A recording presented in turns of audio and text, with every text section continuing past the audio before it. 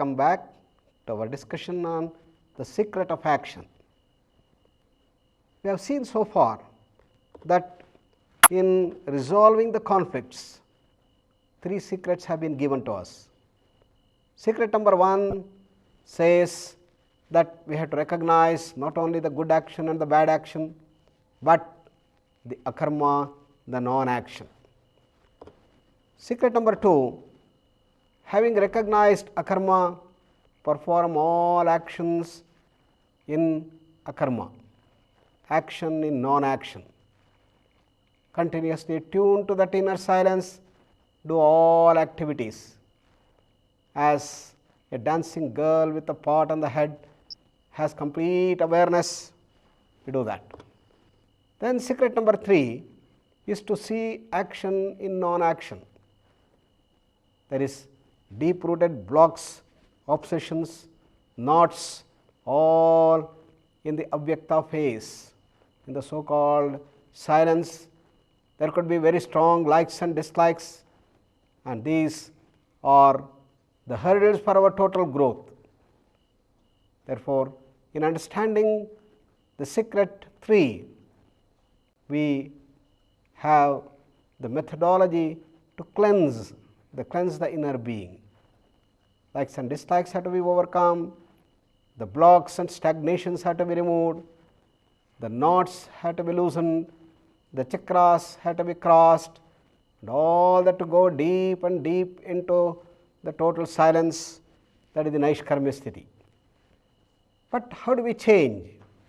How do we change our samskaras? When we are born with certain tendencies, the tamas, rajas and sattva. These personality traits will bring definite tendencies when we are born.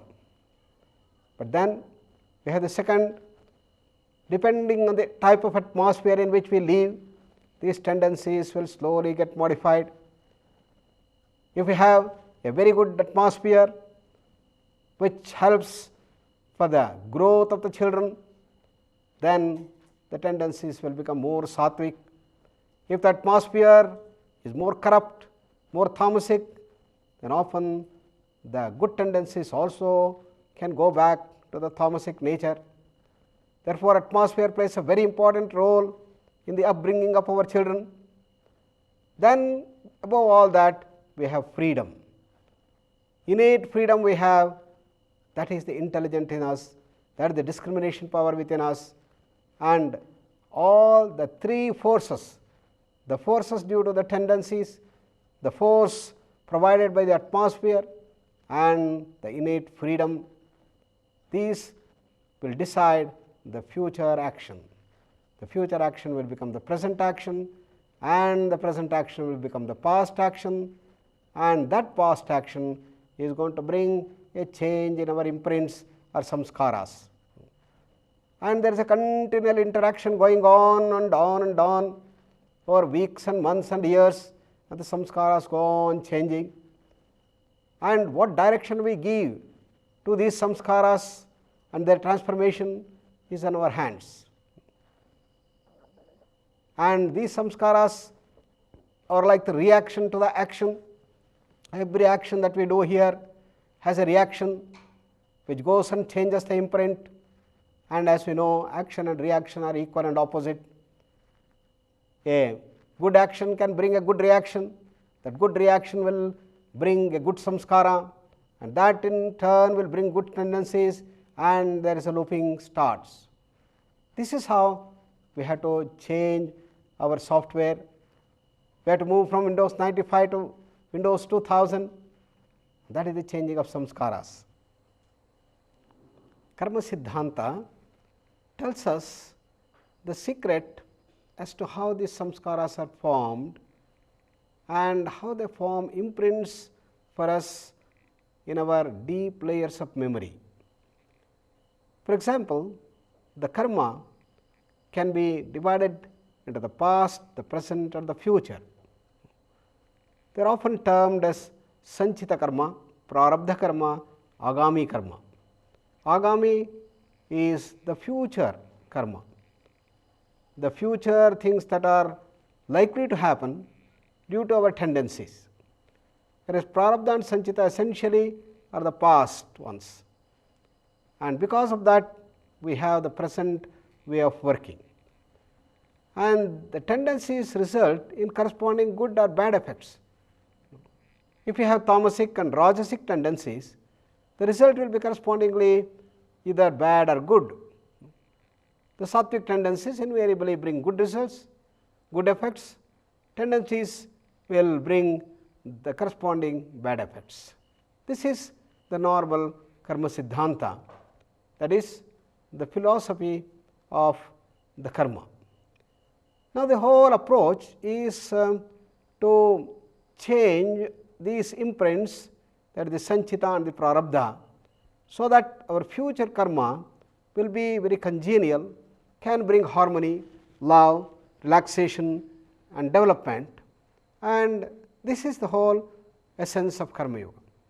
So, for this we have to bring about a complete transformation of our inner being, removing all the blocks and knots, the raga and dvesha, and the blocks, knots, obsessions, stagnations, all in the deeper avyakta layers, that is the non-action phase of our being. This non-action phase therefore is evidently not a single state. There are layers and layers based on the samskaras, and depending on the samskaras the states are different, and they are the states called as avyakta, states of avyakta or layers of silence. Let us take for example the state of a coma. A person has undergone a big accident, there is a hit on the head, he has become unconscious, some surgery is done and he is yet to get his normal consciousness. He is in the state of unconsciousness for quite some time, and people are waiting and waiting, 2 months, 3 months, 6 months, 9 months. Anybody's guess, he may come, he may not come.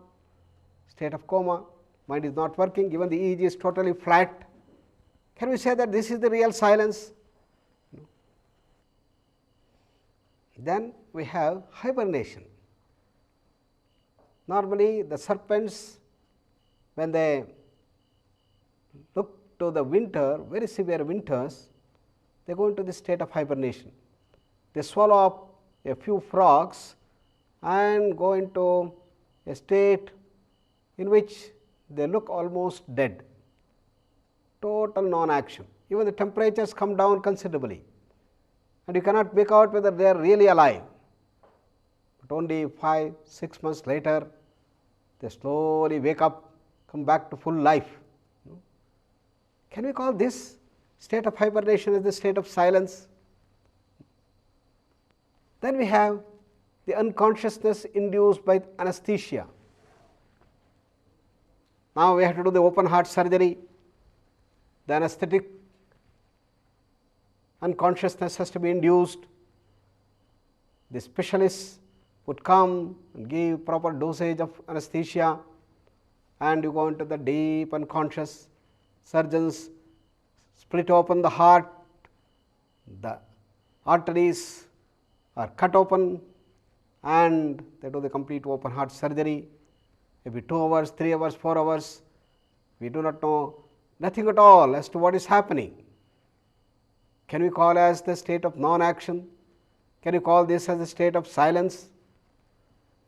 Then we have the epileptic unconscious, a person suffering from epilepsy, petit mal and the grand mal, and there is the unconsciousness induced, and the person is lying down with the hands shaking, the saliva dripping down, and he knows nothing of this.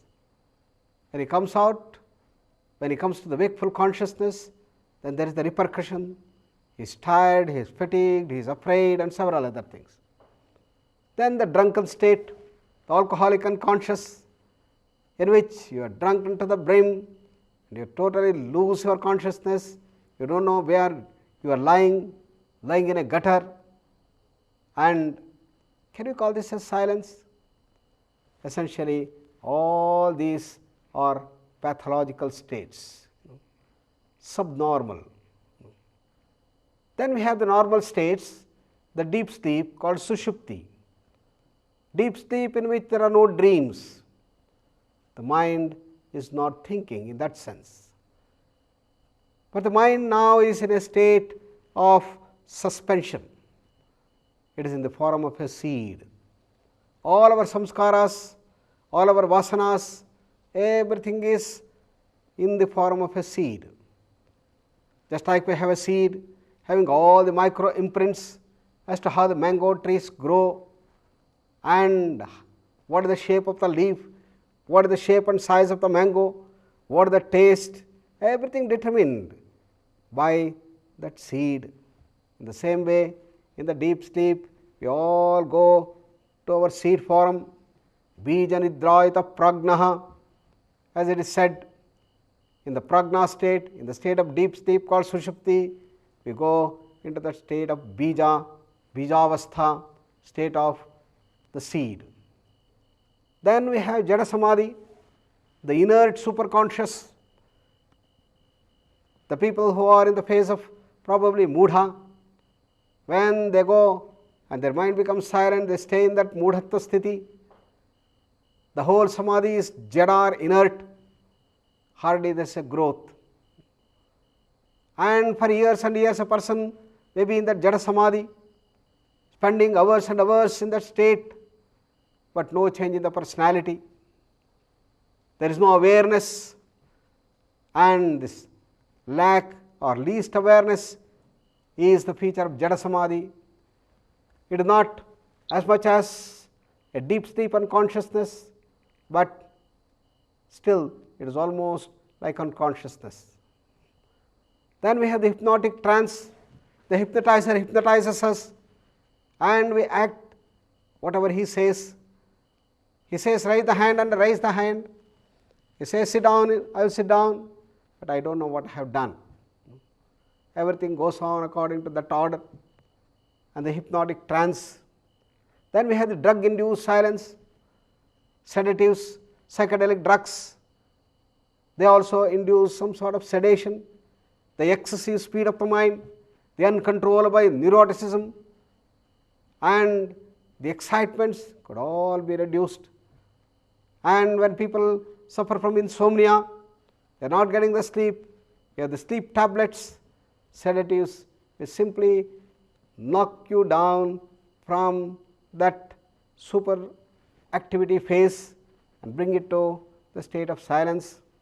Can we call these the real silence?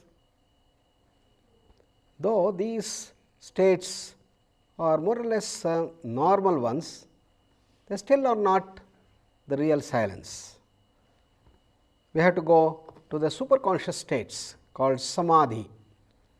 And Patanjali describes various types of samadhis.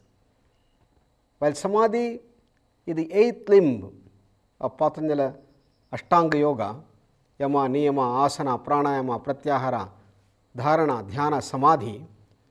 After that, various types of samadhis, nirvitarka, savitarka, savichara, nirvichara, sampragnata, asampragnata, nirbija, and finally dharmamega samadhi or kaivalya samadhi.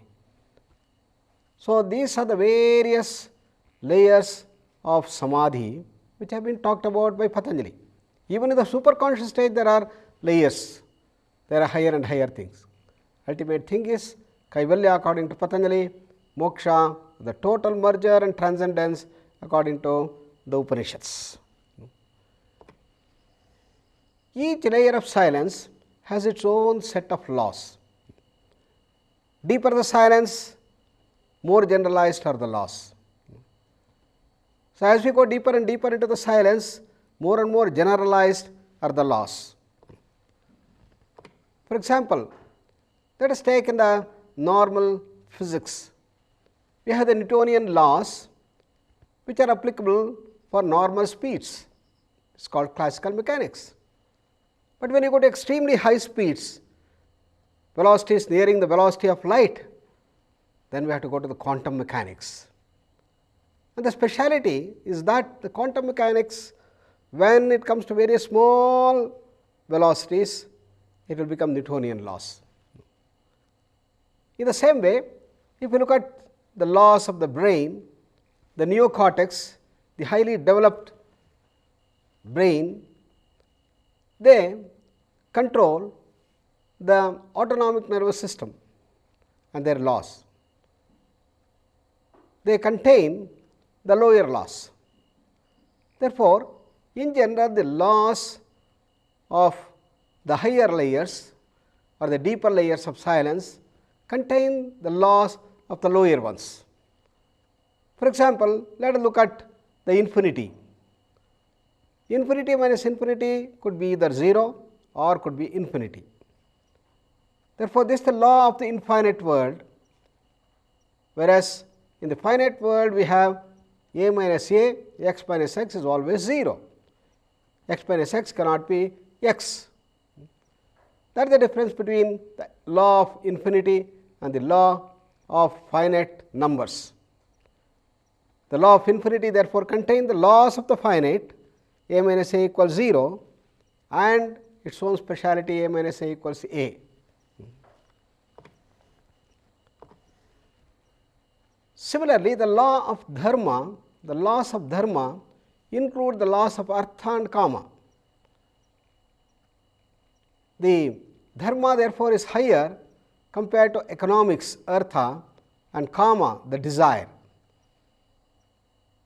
So, if the desires and the wealth are subordinated to dharma, which is a higher law compared to the lower ones, then the artha also will grow, the desires also will get satisfied, and at the same time not having the distortions of an economic oriented society. But if you make economics as the key factor in our life, as the end of our life and not just a means to a higher end, or make enjoyment, the kama, as the ultimate goal of our lives, then you end up with all the problems of the modern society as we are facing. That you will feel totally lost, tremendous amount of stresses, tensions, health hazards, all that we have been seeing. In spite of all the riches and wealth, we are suffering so much. We have gone into the pharmacological air, we have gone into medicine age, we have been taking medicines after medicine, and some people swallow more medicine than food itself. Why? Because we have stuck to the lower laws. So, Karma Yoga says stick to the higher laws, then automatically the lower laws are taken care of. Similarly, in the Panchakosha we have the laws of the higher koshas include the laws of the lower ones. Therefore, when we follow the higher ones, the lower ones are automatically taken care of. In fact, they are better taken care of. When we follow the dharma, artha and kama, automatically taken care of. Therefore, tuning to higher laws is growth in Karma Yoga. The laws of dharma therefore contain in them the laws of artha and kama. When we follow the dharma, artha and kama are taken care of fully, and that is the basis for ideal social orders in India. We had such wonderful empires like Vijayanagara Empire, where everybody was wealthy, full of affluence and wealth. At the same time, they all have surrendered to the dharma. And when there is a conflict between dharma and the artha, they always give up the artha with no difficulty at all. Thus, the laws of the higher koshas are containing in them the laws of the lower koshas. Applying these principles, we go over to our society, in which we see that the individual laws, the laws that are meant for their growth, are contained in the laws of the family. Often they are called the family parampara.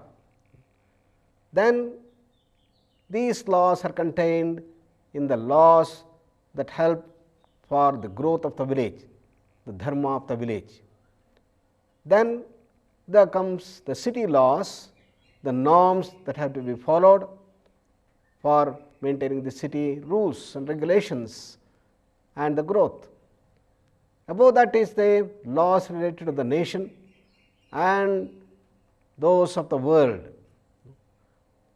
Thus, we see that when there is an enlarged personality, the laws that govern them are higher, subtler, more sophisticated and complicated, and contain the laws of the lower ones. That is why an expanding vision have more encompassing laws. This is the idea that we have to use if we want to bring about the change. Now, the laws of conflict resolution says that follow the family laws, then the individual will be protected. Follow the laws of the village, the family will be protected. And when there is a conflict between a village and a family, probably we may have to sacrifice a village in preference to a village. And the village has to be sacrificed for the sake of a city, and so on and so forth. For the sake of the whole world, nations or nation probably has to be sacrificed. Recently we had a very classic example of what happened in Surat. The plague had started spreading and our health professionals did not take care and did not contain that only in the village. What is the result? It spread throughout the Surat so fast. Communications are so fast. It was not contained in Surat. Then it spread to the whole of Gujarat and the whole of India. At that time, the people in Calcutta and other places, big industrials, were all terrorized. What is going to happen to us? We do not have enough of vaccines. Even if we import vaccines, it is not enough. And then what did the whole world community do? They said, we will not allow any planes to land from India in our airports, and we will not allow any aircraft to go and reach the shores of India. Similarly, ships were barricaded, all communications were stopped. They said, until this plague is stopped in India, we will have no communication. Look at that, almost 12, 14, 15 days it took, and we had almost several $1 million loss. Why did that happen? Because we did not contain the problem in the small village, and therefore it spread to the Surat. And we did not contain that in the Surat city. We did not sacrifice that city for the sake of the nation. So it spread throughout the nation. Then the world had to barricade India, and it has to sacrifice India for those days. Similarly, when the diabetic has spread, the patient has been told, now unless I cut off your leg, unless you sacrifice your leg, you cannot live. So for the sake of the whole body, a leg amputation was necessary. Therefore, we had to relinquish the lower in preference to the higher laws. That is the law of conflict resolution.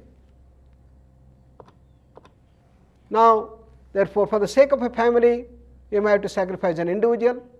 For the sake of a village, a family can be sacrificed. For the sake of a city, a village can be restricted. For the sake of a nation, a city may have to be curtailed, and sanctions on a nation for the sake of the whole world and its harmony and health. This is what we have to be doing it very meticulously. Now let us look at when there is a conflict between health and wealth, then we understand that health is a higher value, has a higher loss, therefore wealth has to be sacrificed. Dharma is higher than the health, therefore we need to follow the dharma, and health and wealth are taken care of.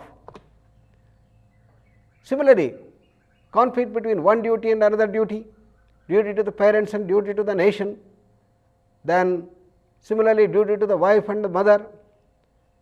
What is to be done? In that case, we have to sacrifice the nation,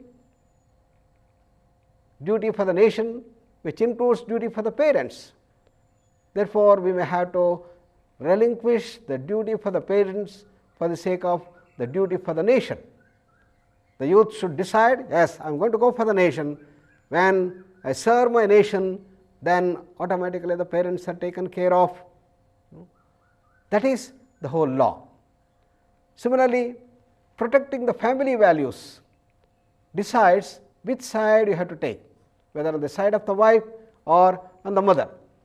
Supposing the wife is in tune with the family values, then probably the mother has to be curtailed, she has to be advised, she has to be educated. On the other hand, if the mother follows the family laws and the family values and the wife doesn't, then wife has to be curtailed, the wife has to be told, wife has to be educated. That is the role that the husband has to play. For that, he must have a clear vision as to the ways of conflict resolution. Tyaktva karma phala sangam nityatrupto nirashayah karmanyabhipravrittopi naiva kinchit karoti saha. Secret number 4. Action in total attunement with the cosmic laws, that is the total detachment in action. Then even though he appears to be doing action, he does nothing. Karmani abhipravrittaha api naiva kinchit karoti saha. Have you this ever possible? A person here has cleansed himself completely, he has no personal preferences, he has no likes and dislikes, and he has transcended his individual selfish raga and dvesha, likes and dislikes, preferences. Therefore, he is purity embodied, and as a result, whatever he does is all for the cosmic good. He is totally in tune with the cosmic laws called Ruta, and whatever he does becomes a dharma, become the laws, and therefore such persons are called the Siddha Purushas. These are the makers of the law, these are the makers of the dharma, because they have absolute selflessness, total detachment. And such persons, even though they appear to be doing something, it is equivalent to not doing anything. That is how the shloka puts it. Here there is complete freedom, there is total knowledge, total silence, and in this state of transcendence, in this state of gunatita sthiti, there is lesser and lesser distortion, and the personality grows immensely. They have got the complete vision of the whole universe and creation, and whatever they does becomes the reality. So let us see the examples, whether such people exist, whether such a thing is ever possible. Where the example of great Shankara, the Advaitic sadhaka and the master of Advaita, who preached that the whole universe is nothing but the manifestation of that consciousness. It is their appearance, and everything is nothing but basically consciousness. Once he was going with his disciples, and as he was trotting through the forest, he got a little thirsty and he looked for water. As there was no water, they crossed the forest, and the nearest was a toddy shop, a wine shop. And for a master like him, whether it is water or toddy or wine or everything fluid is all same. So he goes there and then drinks the toddy. All the disciples look at him. Well, our great teacher, he is also doing this. So they also drink to that brim. Shankara doesn't talk a word. He goes further into the city. As they reach the city shores, there is a big cupola in which the iron is melted, and the molten iron is flowing through the channels and entering into the ladle to be taken for casting. And for him all fluids are same. He goes there and takes the molten iron and goes on drinking and drinking. All the disciples are floored. If a person can do this, then yes, for him the water, the toddy and everything is same. That is a check given there. And all the disciples just salute and seek his apology for just drinking to the brim. That is the Siddha Purusha. And we had many such examples in Mahabharata. And unless we understand this verse, we cannot understand the secret of Mahabharata. It is very easy to understand Ramayana, because Ramayana features Rama. Sri Rama is the embodiment of all the good qualities. Sarvaguna Sampanna, Maryada Purushottama, and there is no blemish whatsoever. He is so selfless. In just a moment's notice, when he was to be crowned as the king with all the comforts and honors and the love of the citizens, to fulfill the wishes of his father Dasharatha, he simply decides to go over to the forest for 14 years, as has been the wish of Dasharatha's wife Kaikeyi. And he comes to Kaikeyi and says, "Oh, that's all what you want, fine. I am now out into the forest." Changes his clothes and starts going to the forest with his wife and the brother. What does that show? To honor the word given by his father, he simply sacrifices all that was in front of him. And everybody says, "No, you don't have to go." It is very unjust on the part of Dasharatha to ask you to go. It is crookedness on the part of Kaikeyi and extreme selfishness on the part of Kaikeyi to ask you to go for 14 years. Why don't you see the selfishness and brutality of Kaikeyi? And you are going to the Vanavasa, going to this forest. All the citizens came and said, "No, we want you and you and you. Please don't go." Even the Kuluguru Vasishtha, he also says, even if you don't go to the Vanavasa, even if you don't go to the forest, you are equally fine and you are lawful, you are as per justice. But Sri Rama was a dharmavan. He was an embodiment of dharma, and he was not just a nyayavan. For him, dana, daya, dama were key features. So he had no second thought. He said, "My duty to the father to keep up the respect and word of Dasharatha is supreme." And he was prepared for the sacrifice. And he said, "All right, if Bharata is going to come and take up, I am very happy. He is my brother." Dana, daya, and control and austerity, dama, was inherently present in Sri Rama. Therefore, it is very easy to understand Sri Rama, except for 3 places, that is the Vali Samhara, or Sita Parityaga, or the Agni Pariksha of Sita. Very difficult to understand. But now comes to Mahabharata, it is all problems, it is all ununderstandable. You have on one front Durvasa, and the fellow Durvasa is called a great Maharshi. But what type of Maharshi he is? All the time his anger is on the tip of the nose. He starts cursing people, gets tremendously angry. And look at another person, great Maharshi Parashara. And Parashara could not contain his sexual instinct. He was traveling in the boat and seeks the assistance of his Matsyagandhi and has sex with her. What nonsense! You call him a great Maharshi. And then you have another Jamadagni. For a small mistake of his wife, he asks, "Come on, cut off the head of my wife." What a brutality! What a cruelty on women! And it is bewildering. It is shattering. And above all, Krishna, the Chara and the Chora, the 64 gopis, the characterless fellow, and you call him as the Purna Avatara. He is the greatest among the gods. Mahabharata is totally difficult to understand. Therefore, unless we understand this verse and the secret 4 that Krishna gives here, you cannot understand Mahabharata, you cannot understand Krishna's personality, you cannot understand Durvasa's personality. And what is that secret? Although the person appears to be doing action, he does nothing. He has transcended all the normal laws. He has transcended the laws of ethics, duty, morality, and he is amoral. He has transcended, he has gone into the gunatita sthiti, and he has gone to the higher levels.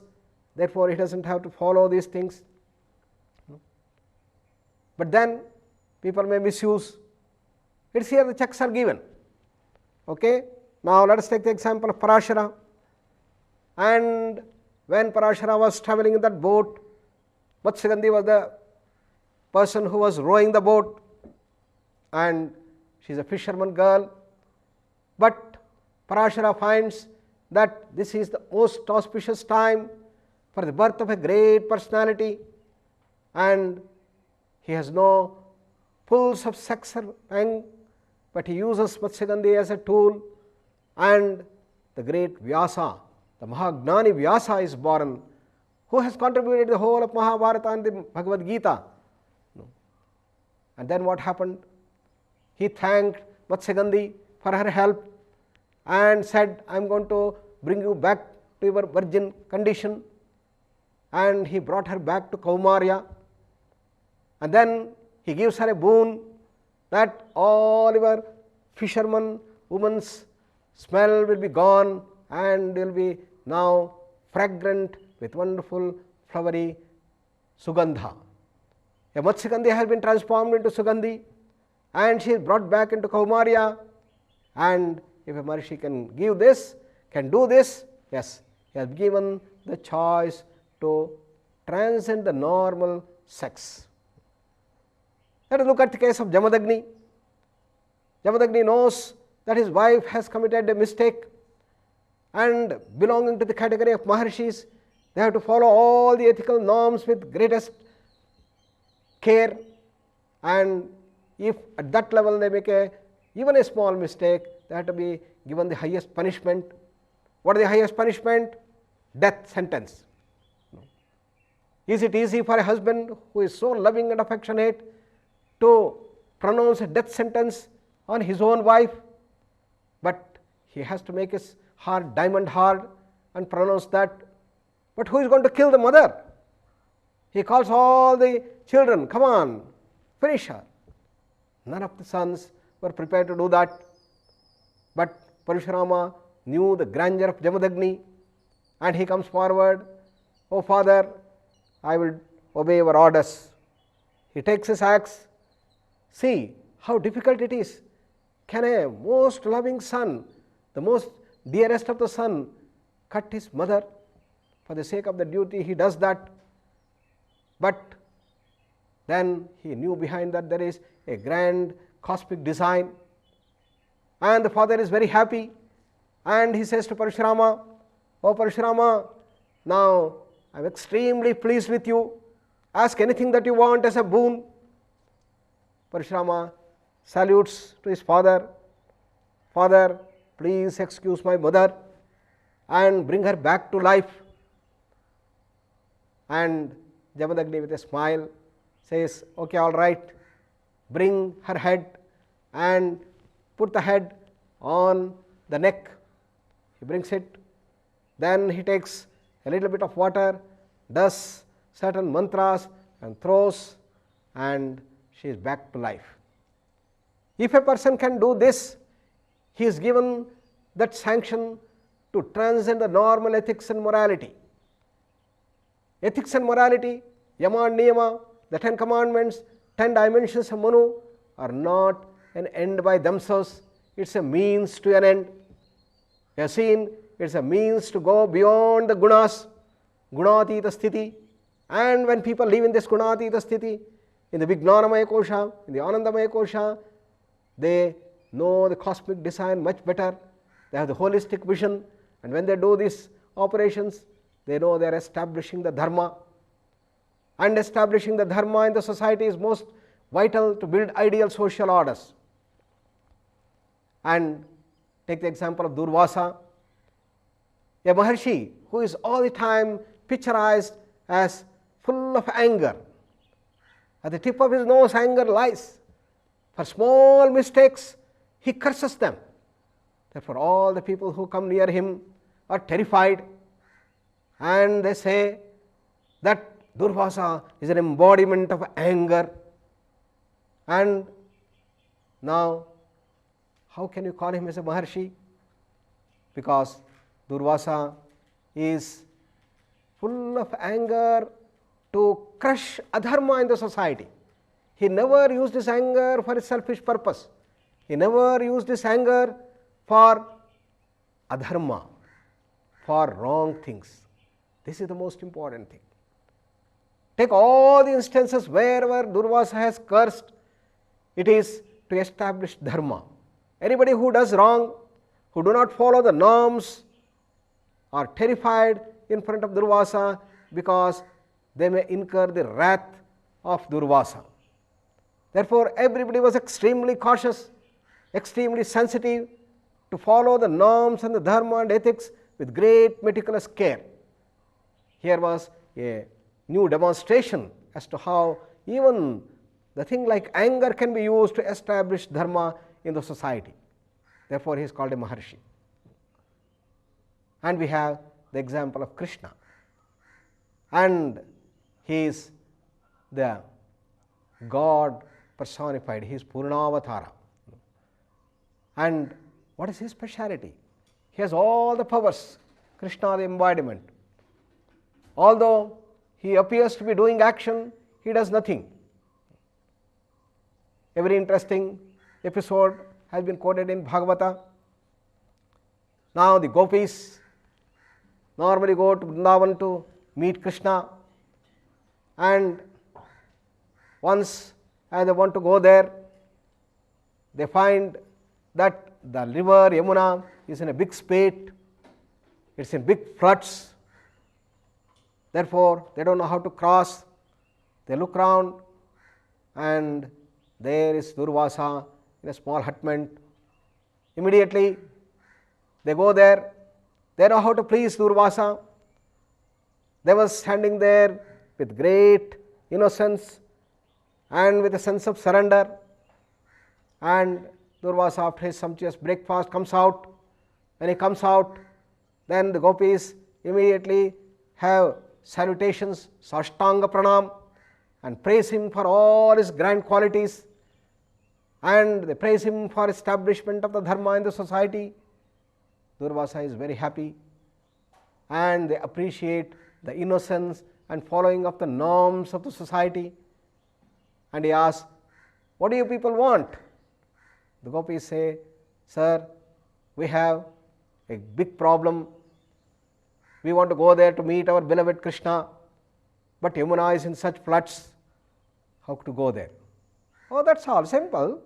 You go there, stand in front of the river and tell to Mother Yamuna, oh Mother Yamuna, if it be true that Durvasa is a Nitya Upavasi. What does that Nitya Upavasi mean?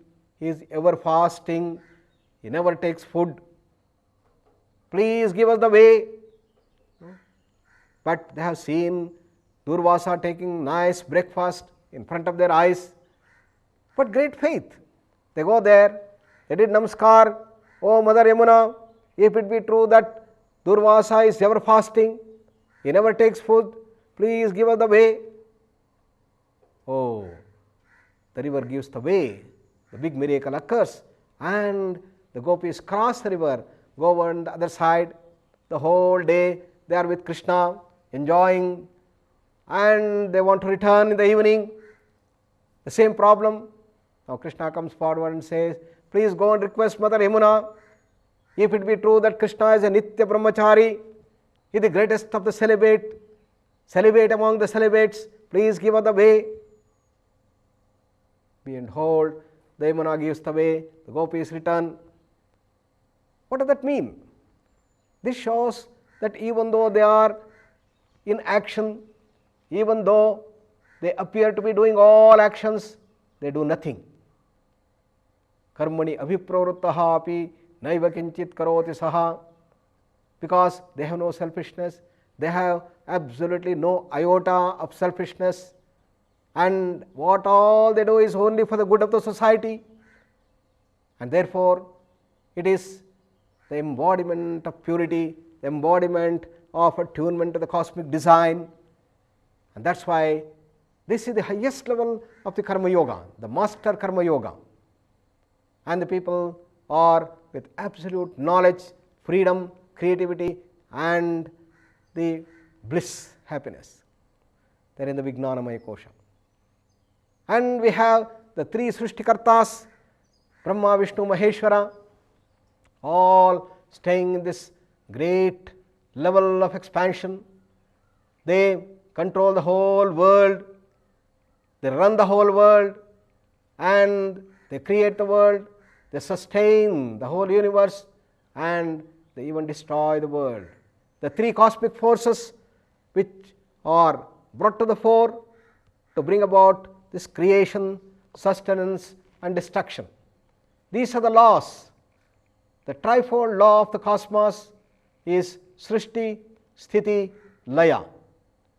So there is a continual creation that is going on, there is sustenance and there is destruction. The creation of the cells go on in our body, for example. 1 billion cells are created every day and they sustain for their lifespan. Some of the cells may have a short lifespan of only a few days, some of them few weeks, some of them some few months, and maximum 7 years. And they are destroyed at the end of their lifespan, they are thrown away from the system. This continual creation and destruction go on. 1 billion cells getting created, 1 billion cells getting lost, and this whole system goes on and on to maintain the ever freshness. And in 7 years the whole body gets changed, but hardly we know that our body has changed.